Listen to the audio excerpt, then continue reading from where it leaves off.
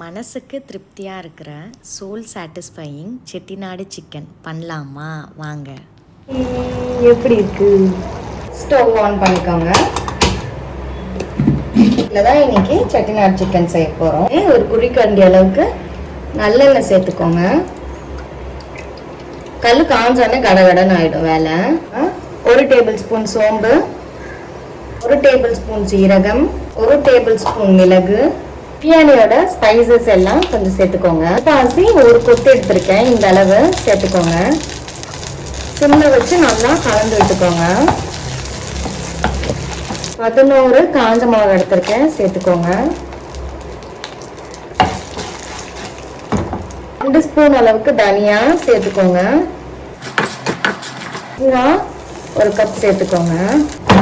எண்ணெய் இல்லாத மாதிரி இருக்கும், ஆனால் தேங்காய் வதங்கிட்டதுக்கு அப்புறம் எண்ணெய் அப்படியே பிரிஞ்சு வரும். ஊர்ல எல்லாம் பார்த்தீங்கன்னா நல்லா அம்மியிலேயே வச்சு அரைச்சி இதை நல்லா பொடி பண்ணுவாங்க. இப்போ மிக்சியிலே அரைக்க வேண்டியதா இருக்கு. நம்ம ஜென்ரேஷன் எல்லாரும் மிக்சியில தானே அரைக்கிறோம். பாருங்க, இந்த ஸ்டேஜ்ல எண்ணெய் வந்து பிரிஞ்சு வர ஆரம்பிக்கும். சரிங்களா? ஸ்டவ் ஆஃப் பண்ணிடுங்க. ஆஃப் பண்ணிட்டு ஒரு கிளறி ஒரு பிளேட்ல கொட்டிக்கலாம். ஒரு குழிக்கரண்டி அளவுக்கு நல்லா எண்ணெய் சேர்த்துக்கோங்க. எண்ணெய் வந்து நல்லெண்ணெய் தான் நான் சேர்க்குறேன். சரிங்களா? நல்லெண்ணெய் சேர்த்தா தான் டேஸ்ட் நல்லா இருக்கும். அளவுக்கு சோம்பு, பிரியாணி இலை, ஏலக்காய், சின்ன ஏலக்காய், பெரிய ஏலக்காய் ரெண்டுமே சேர்த்துருக்கேன். வதக்கிக்கோங்க. 2 பெரிய வெங்காயம் நறுக்குனது சேர்த்துக்கோங்க.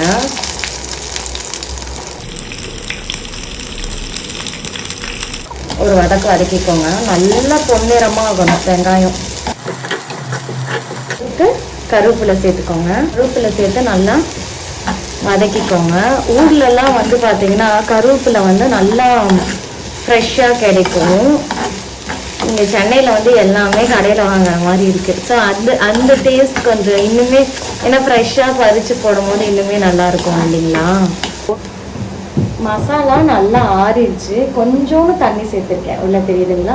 இப்போ அதை அரைச்சி எடுத்துக்கலாம். இஞ்சி பூண்டு விழுது 2 டேபிள் ஸ்பூன் சேர்த்துக்கோங்க.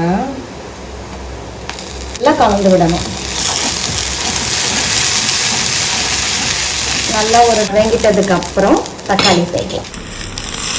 சேர்த்து நல்லா கலந்து விட்டுக்கோங்க. மிளகாய் தூள் 1/2 டேபிள் ஸ்பூன் சேர்த்துக்கிறேன். மிளகாய் தனியா தூள் ஒரு 1/2 டேபிள் ஸ்பூன் சேர்த்துக்கிறேன். நீங்கள் வெறும் தனியா மிளகாய் தூள் இருந்தால் கூட சேர்த்துக்கலாம். சரிங்களா?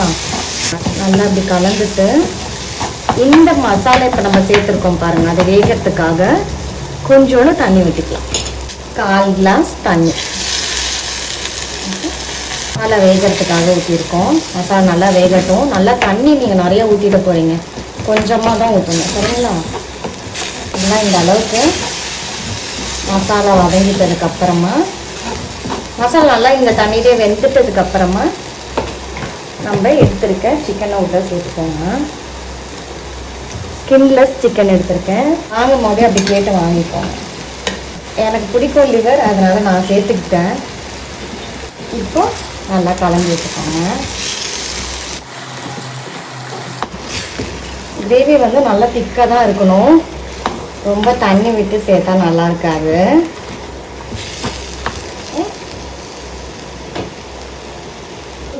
கையளவுக்கு கொத்தமல்லி காம்புங்களோட சேர்த்துருக்கேன். நல்லா கலந்துருங்க.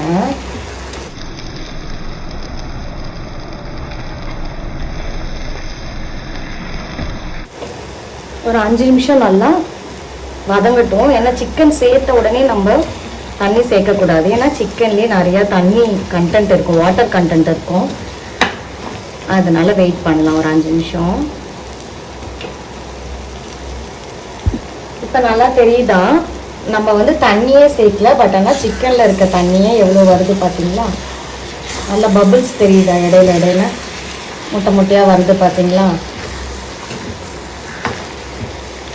இப்போ ஒரு கிளறு மட்டும் லேசாக கிளறிக்கோங்க.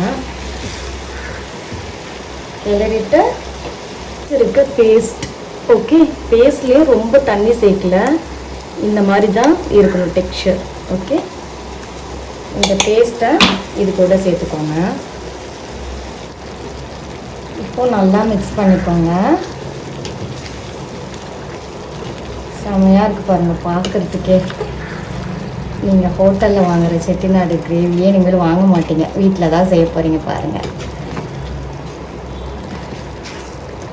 ஒரு கலந்து தண்ணி சேர்த்துக்கோங்க. அதிகம் தண்ணி வேண்டாம், கொஞ்சமாக சேர்த்துக்கோங்க, அப்போ தான் கிரேவி நல்லாயிருக்கும். சேர்த்து கலந்துக்கோங்க. உப்பு சேர்த்துக்கோங்க. உப்பு சேர்த்து ஒரு கலந்து விட்டு அதுக்கப்புறம் டேஸ்ட் பார்த்துக்கோங்க கரெக்டாக இருக்கா அப்படின்னு சொல்லி. நான் எப்பவுமே இதெல்லாம் பார்ப்பேன், சால்ட் எல்லாம் கரெக்டாக இருக்கா அப்படி சொல்லி டேஸ்ட் பாருங்கள். எல்லாமே கரெக்டாக இருக்குது. நம்ம அரைச்சி விட்ட அந்த மசாலா மட்டும் இந்த சிக்கனோட வேகணும். சிம்மில் நல்லா குறைச்சி வச்சு மூடி போட்டு 10 நிமிஷம் வேக வச்சுருங்க. 10 நிமிஷம் கழித்து திறந்து பார்க்கலாமா? செம்ம சூடாக இருக்குது. மூடி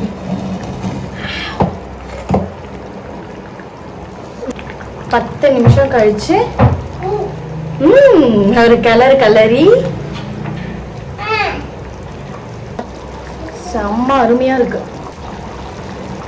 10 நிமிஷம் கொதிச்சதுக்கு அப்புறமா நல்லா 2 கொத்து கொத்தமல்லி தூவிட்டேன். சரிங்களா? அவ்வளோதான், செட்டிநாடு சிக்கன் ரெடி. எப்படி இருக்கு? நல்லா சுட சுட சாதம் ரெடி. நல்லா வெந்துருச்சு. அடித்து பரிமாறிடலாம். என்னப்பா இது வரேன்ப்பா. நல்லா செம்ம சூப்பராக சூடாக ரெடி ஆகிடுச்சு. Okay, enjoy. நீங்களும் கண்டிப்பாக உங்கள் வீட்டில் ட்ரை பண்ணி பாருங்கள். சும்மா செம்மையாக இருக்குது. ஓகே, நான் டேஸ்ட் பார்த்தேன், குழம்பு நல்லா இருந்தது. வந்திருக்கு எப்படி இருக்குது பார்த்தீங்களா?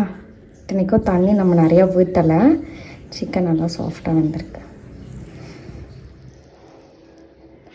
ஸோ டெய்லியுமே ஃபஸ்ட்டு செய்கிறது வந்து காக்காக்கு தான் வைப்பேன் சூடாக. ஏன்னா பாவம் அவங்க வெயிட் பண்ணுவாங்க, நிறையா காக்கா வருவாங்க. அதனால் சிக்கன் எல்லாம் நல்லா பிசைஞ்சு கொண்டு வந்துடுவேன்.